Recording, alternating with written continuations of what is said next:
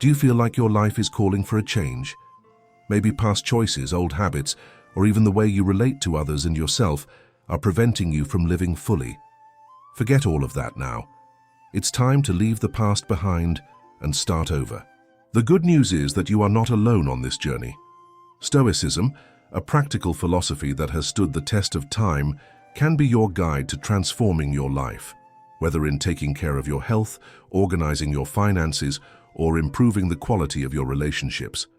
We'll show you how to apply this wisdom to achieve a balanced, fulfilling, and truly happy life. Stoicism teaches that while you cannot control everything that happens around you, you can control how you react to it. This simple shift in perspective can revolutionize how you take care of your body, manage your money, and cultivate your relationships. Today we'll explore together how Stoic principles can be applied to three essential areas of your life: healthcare, personal finance management, and improving personal relationships. Stay until the end, because we'll share valuable insights and practical strategies to implement in each of these areas in your daily life through 7 practical lessons. The last tip will be the key to ensuring that this transformation begins now and becomes lasting. Forgetting the past and starting over doesn't mean denying your story, but rather using it as a foundation to build something new. Stoicism can be the missing tool for you to take care of yourself, reorganize your priorities, and live fully. Before we dive in, if you're new to my channel, subscribe and turn on notifications to keep receiving my content and make your life more fulfilling. Now, let's get straight to the point. First lesson: practice food self-control. Have you ever felt out of control when it comes to eating? That uncontrollable urge to eat something even when you know you don't need to? As Epictetus once said, nothing is in itself evil for us, except when we lose control over it. This applies perfectly to our eating habits. Food self-control does not mean deprivation, but balance. The Stoics teach us to seek virtue in the middle ground, not eating too much, nor too little, but just enough to nourish both body and mind. Before each meal, pause for a few seconds and ask yourself, am I eating to nourish my body or out of impulse? This conscious pause is essential to avoid excess. Plan your meals in advance. Keep in mind Seneca's teaching: he who does not know where he is going will find no favorable wind. Knowing what to eat helps you avoid impulsive and harmful choices. We all face temptations, but Stoicism reminds us that we have the power to resist them. Marcus Aurelius wrote, "You have power over your mind, not external events. Realize this, and you will find strength." When you feel the urge to eat something you know is unhealthy, drink a glass of water and wait 10 minutes. Often the craving is temporary, and resisting for this short period already demonstrates self-control. Replace food rewards with other forms of pleasure. For example, instead of celebrating a difficult day with food, read a book, take a walk, or engage in a hobby. For the Stoics, moderation is the key to a virtuous life, and in relation to food, it is one of the greatest challenges. As Musonius Rufus taught, we do not eat for luxury or pleasure, but out of necessity. Try reducing your portions gradually. Experiment with eating until you feel satisfied, not full. Practice gratitude before meals. Be thankful for the food before you and for the opportunity to take care of your body. This small gesture fosters awareness and promotes moderation. Stoicism values daily self-evaluation. As Seneca said, if you do not reflect on your actions, how can you correct them? Keep a journal of your meals and the emotions associated with eating. This helps identify emotional patterns that lead to overindulgence. At the end of each day, reflect, did I eat to nourish my body today, or was I driven by impulses? This daily practice strengthens your discipline over time. Practicing food self-control is not just about food, it is about strengthening your mind and body to live a balanced and fulfilling life. Remember Epictetus's words: happiness and freedom. Begin with a clear understanding of one simple rule: some things are within our control and others are not. Second lesson: develop discipline for physical exercise. How many times have you started an exercise routine only to abandon it shortly after? Or perhaps you haven't even started, believing you lack time or motivation. As Marcus Aurelius said, "Nothing happens apart from nature. What happens, happens for the good of nature." Physical exercise is not just about strengthening the body, but harmonizing it with the mind and nature. The Stoics teach us to act with purpose in everything we do.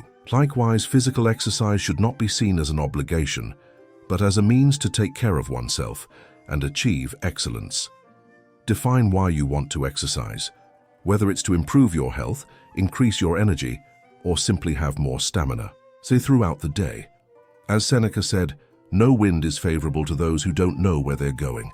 Associate exercise with Stoic values, such as discipline and courage. Remember that every workout is an opportunity to strengthen both body and mind. Epictetus wrote, "Discipline does not arise suddenly, but is forged over time." You don't need to start with intense workouts or impossible goals. Discipline is built through small, consistent steps. Start small. If you're not used to exercising, begin with a 10-minute walk each day. The key is to create the habit. Use the Stoic technique of negative visualization. Imagine what your life would be like if you didn't take care of your body. This thought can motivate you to take action. The Stoics valued constant practice. As Musonius Rufus said, "Nothing good is achieved without continuous effort." The secret to developing discipline in physical exercise is consistency, even when results are not immediate. Set a realistic schedule and stick to it. You don't have to train every day, but whatever you commit to, do it regularly. Accept the difficult days. You won't always be motivated, but remember that effort, even when you don't feel like it, strengthens discipline. For the Stoics, caring for the body should align with strengthening the mind. As Marcus Aurelius stated, "You have power over your mind, not external events." Realize this, and you will find strength. During exercise, focus on your breathing and movements. Turn each workout into a moment of mindfulness. At the end of each session, reflect, "How did I feel fulfilling this commitment to myself?" This habit reinforces the connection between mind and body. The Stoics valued the ability to endure challenges. As Epictetus said, "Difficulties are things that show us who we are." Face obstacles as opportunities to strengthen your determination. Train, even in adverse conditions like a rainy or cold day. This strengthens not only the body, but also a resilient mind. Embrace the initial discomfort of training as a test of virtue. Every drop of sweat is a sign that you are growing. Developing discipline for physical exercise is not just about taking care of your body, it's about living in harmony with your essence. Remember Seneca's words, "Life is like a play. It does not matter how long it lasts, but how well it is performed." Third lesson, differentiate needs from desires. How many times have you spent money or time on something that seemed essential, only to realize later that it wasn't? Knowing how to distinguish between what is truly necessary and what is merely a fleeting desire is a powerful skill, and Stoicism provides us with the tools to master it. As Epictetus said, "Wealth consists not in having great possessions, but in having few needs." That's exactly what we'll talk about today. How to identify your true needs and set aside desires that may distract you from what truly matters. In Stoicism, needs are what is indispensable for life and well-being, while desires are usually tied to superficial pleasures and fleeting gratification. Before making any purchase or decision, ask yourself, is this something I need to live, or just something I want right now? Take a moment to reflect before acting. Make two lists, one for the things you consider essential and another for your desires. Compare them and ask yourself, could I live without this second list? As Seneca taught, "He who is content with little is rich, for wealth is of the soul, not the vault." The Stoics believed that simplicity is the path to true freedom. As Musonius Rufus stated, "A simple life is closer to virtue than a luxurious one." Set financial limits. Decide in advance how much you are willing to spend in specific categories, such as food, entertainment, and clothing, and stick to these limits. Try a period of voluntary abstinence, like going a month without buying anything beyond the essentials. This exercise helps clarify what truly matters. For the Stoics, gratitude is a daily practice that counters the desire for more. As Marcus Aurelius wrote, "Remember that many of the things you now possess were once only things you desired." At the end of the day, reflect on what you already have and how it is enough for your well-being. This helps reduce the endless pursuit of new desires. Whenever you feel the urge to buy something, think of a similar item you already own that serves the same purpose. Value what is already within your reach. Epictetus reminds us, if you desire something, ask yourself, is this necessary for me, or can I be happy without it? This kind of questioning is essential to avoid impulsive decisions. Adopt the 24-hour rule before making a purchase. Wait a day before deciding. Often the desire will fade or disappear completely. Identify triggers that spark unnecessary desires, such as advertisements or social media. Reduce exposure to these stimuli to strengthen your self-control. The Stoics teach that a well-lived life is guided by intention and rationality. As Seneca said, "We live as if we were going to live forever, but our fragility proves otherwise." Define your values and align your spending and decisions with them. If your priority is health, prioritize nutritious food and physical activities over unnecessary purchases. Ask yourself daily, what is truly necessary for me to live a full and meaningful life? This habit helps guide your choices toward the essential. Differentiating needs from desires is more than just a skill. It is a path to freedom and inner peace. By adopting Stoic wisdom, you not only avoid excess but also discover what truly matters. As Epictetus taught, being content with what you have is the greatest wealth. Practice this philosophy and see how your life can transform. Fourth lesson, create a conscious financial plan. Have you ever found yourself at the end of the month asking, where did my money go? A lack of conscious financial planning is one of the leading causes of stress and worry. As Seneca wrote, "A rich man is one who is content with what he has, not with what he desires." It's time to transform your relationship with money. The Stoics valued honest self-evaluation. Likewise, understanding exactly where you stand financially is the first step toward creating an effective financial plan. List all your sources of income and expenses. Use a spreadsheet, an app, or even just pen and paper. As Marcus Aurelius said, "What is not measured cannot be managed." Classify your expenses into 3 categories: essential, important, and superfluous. This practice helps identify where excess spending occurs. For the Stoics, living with purpose is essential. As Epictetus stated, wealth is measured by the use we make of it, not by the amount accumulated. Set clear and achievable financial goals, such as saving a specific amount per month or paying off debts by a defined date. Ensure that these goals reflect what is truly important to you. Break down your goals into short, medium, and long-term objectives. This keeps your focus on the present while maintaining a vision for the future. The Stoics taught that moderation is a virtue. As Musonius Rufus said, "To live according to nature is to live according to reason, and luxury is not rational."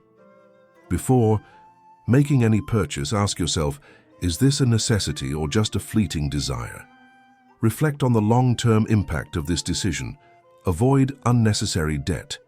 If you must take on debt, prioritize paying off existing obligations before assuming new ones to prevent emotional and financial strain.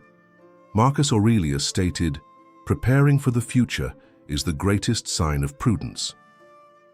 A conscious financial plan includes being ready for unexpected events. Set aside a monthly amount, no matter how small, for an emergency fund. The goal is to cover unexpected expenses without jeopardizing your financial stability. Plan for predictable expenses, such as birthdays, holidays, or home and car maintenance. Anticipating these costs reduces the risk of debt. The Stoics believed that money should be a means to virtue, not an end in itself. As Seneca wrote, "Money is the slave of the wise but the master of fools." Use your money for things that bring lasting well-being, such as education, health, or helping others. This fosters a healthier relationship with your resources. Regularly, reflect on how you use your money. Ask yourself, are my financial choices helping me live in alignment with my values? Creating a conscious financial plan is more than just numbers and goals. It is a practice of self-control, alignment with your values, and above all, freedom. Remember the words of Epictetus. It is not wealth that sets us free, but the ability to use it wisely. Start today. Plan, save, and invest in a more stable and balanced future. Fifth lesson, practice rational empathy.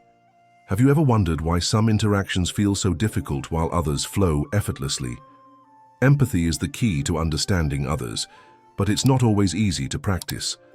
This is where Stoic wisdom can help us develop what we call rational empathy, a balance between understanding others and maintaining our own discernment. As Marcus Aurelius wrote, "At dawn, tell yourself, I shall meet people who are meddlesome, ungrateful, arrogant, dishonest, envious, and ill-tempered. They are like this because they do not distinguish between good and evil." Knowing this prepares us to deal with the challenges of human relationships. The Stoics teach us that other people's behavior is often influenced by factors beyond our control, such as their upbringing, experiences, or beliefs. Understanding this is the first step toward practicing rational empathy. Before reacting to negative behavior, ask yourself, what might be happening in this person's life that I don't know about? This pause helps prevent premature judgment. Remember Epictetus's words, if someone behaves badly, teach them gently, not with anger. Use dialogue to understand and assist, rather than reacting with hostility. For the Stoics, controlling one's emotions is essential. As Seneca said, we suffer more in imagination than in reality. Rational empathy requires that we understand others' feelings without allowing them to dominate our own. If someone is angry or anxious, practice active listening without absorbing their emotions. Focus on what is being said, rather than the tone or words used. After a difficult interaction, ask yourself, is this emotion truly mine, or am I carrying something that belongs to someone else? This exercise helps maintain emotional balance. The Stoics believed that patience is an essential virtue when dealing with others. As Marcus Aurelius said, remember that we are all rational creatures, but our actions may not always reflect that. When feeling impatient, take a deep breath and remind yourself that people learn and grow at different paces. Use Stoic visualization. Imagine yourself in the other person's position. Ask, how would I want someone to react if I were going through this? The Stoics teach us to focus on what is useful and constructive. As Seneca stated, anger, even when justified, quickly becomes irrational. In conflicts, seek resolution, not victory. In discussions, avoid reacting impulsively in the heat of the moment. Instead, say, let's reflect on this and talk again later. This fosters more rational dialogue. Find common ground before highlighting differences. This creates a foundation for resolving disagreements. The Stoics believed that we are all part of a universal community. As Marcus Aurelius wrote, what is not good for the hive is not good for the bee. Practicing rational empathy means seeking harmony, not just between individuals, but in society as a whole. Instead of focusing on who is right or wrong, ask, what is the best solution for the greater good? Encourage others to express their opinions and listen without interrupting. Showing respect for different perspectives builds bridges, not walls. Practicing rational empathy is a constant exercise in patience, understanding, and discernment. It does not mean agreeing with everything or accepting what is wrong, but rather seeing beyond immediate actions and understanding the bigger picture. Remember Marcus Aurelius's words, do not blame people for what they do, but try to understand them. When you apply rational empathy, you not only improve your interpersonal relationships, but also strengthen your own inner peace. Sixth lesson, set healthy boundaries. Do you feel like you're constantly giving too much to others, to the point of neglecting yourself? Setting healthy boundaries is essential to protecting your inner peace and maintaining balanced relationships. As Seneca said, nothing is more valuable than time because it is the only asset we cannot recover. And often, by failing to set boundaries, we allow others to misuse our time. The Stoics teach us that we must protect what is under our control, our thoughts, actions, and emotions. Setting boundaries is a way to safeguard these areas of influence. Identify, Moments when you felt overwhelmed or uncomfortable because you didn't say no. Recognizing these situations is the first step toward change.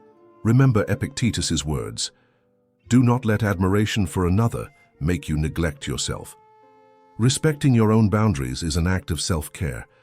Marcus Aurelius wrote, "Truth is simple and powerful. Speak it with serenity." Communicating boundaries does not have to be a confrontation, but rather an honest conversation. Use phrases like, "I need some time for myself right now," or "I can't help this time." Keep a respectful yet firm tone. Whenever possible, explain the reason for your boundary. For example, "I need this time to rest and recharge." This helps others understand your position. The Stoics believed that we should prioritize what aligns with our values and goals. As Musonius Rufus said, "He who knows what is enough will never be controlled by external desires or demands." Before accepting any request, ask yourself, does this align with my values and priorities? If it doesn't, feel comfortable declining. Practice small refusals in daily life. For example, start by declining minor tasks that aren't your responsibility. This strengthens your confidence for setting bigger boundaries. Epictetus reminds us, "What disturbs men is not events, but their opinions about them." Staying calm is essential when reaffirming your boundaries. If someone oversteps your boundaries, gently but assertively reaffirm them. Say something like, "I understand your point, but I need you to respect my decision." Avoid reacting with anger or frustration. Remember that setting boundaries is about taking care of yourself, not controlling others. The Stoics valued rational time management. As Marcus Aurelius wrote, "Do not waste what remains of your life worrying about others' opinions unless they serve the common good." Schedule protected time for yourself each day. Treat these moments as non-negotiable, like a meeting with the most important person, you. Learn to delegate tasks. Not everything has to be done by you. Use your energy for what is truly essential and meaningful. Setting healthy boundaries is not an act of selfishness. It is a way to protect your inner peace and strengthen your relationships. When you respect your own limits, you teach others to do the same. Remember Seneca's words, "It is not that we have little time, but that we waste much of what we have." Protect your time, energy, and peace. Start today by setting boundaries that reflect who you are and what you value most. Seventh and final lesson, find serenity by focusing on what's in your control. Have you ever felt overwhelmed by situations you couldn't change? Many times, we waste energy trying to control the uncontrollable, leading to anxiety, frustration, and emotional exhaustion. Stoicism teaches us that true serenity comes from focusing on what is within our control. As Epictetus wrote, "Freedom is the ability to choose our attitudes and actions in the face of circumstances." Today, we will explore practical ways to cultivate this freedom and live with greater inner peace. The first step to finding serenity is distinguishing between what you can control and what you cannot. For the Stoics, this distinction is fundamental. Make two lists, one with things under your control, such as your actions, words, and thoughts, and another with things beyond your control, such as others' opinions, the weather, or past events. Remember Marcus Aurelius' words, "The mind adapts and transforms any obstacle into something useful for its purpose." Focus on how you respond to challenges, not the challenges themselves. The Stoics teach us that accepting what we cannot change is not passivity, but wisdom. As Seneca said, accepting what cannot be changed is one of the greatest acts of courage. Whenever you face something beyond your control, tell yourself, "This does not depend on me, but my reaction does." This simple mantra can transform your perspective. Reflect on how past adversities, although beyond your control, contributed to your growth. This helps accept current difficulties with greater wisdom. Epictetus reminds us, "It is not things that disturb us, but our opinions about them." Changing how you think and act is the key to serenity.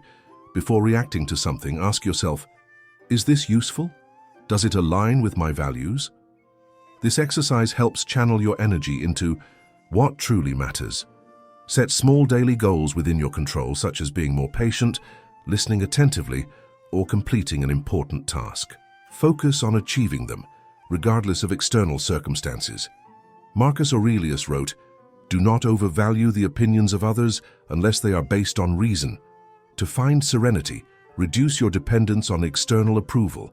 Whenever you feel affected by criticism or judgment, ask yourself, does this really matter to my purpose? This helps filter out irrelevant opinions. Focus on being your best self rather than trying to please everyone." True serenity comes from living according to your values, not external expectations. The Stoics practiced premeditatio malorum, imagining negative scenarios to prepare for them and reduce anxiety. As Seneca said, "He who prepares for the worst will never be caught off guard." Before an important event, visualize what could go wrong and how you would handle it. This reduces fear of the unknown and strengthens your confidence. After visualizing challenges, focus on actionable steps to minimize risks. This transforms anxiety into preparation. Finding serenity by focusing on what's in your control is a continuous practice of self-mastery and wisdom. When you direct your energy toward your actions and thoughts, you find freedom, even amid chaos. Remember Marcus Aurelius's words, "If you focus only on what is under your control, you will never be disturbed."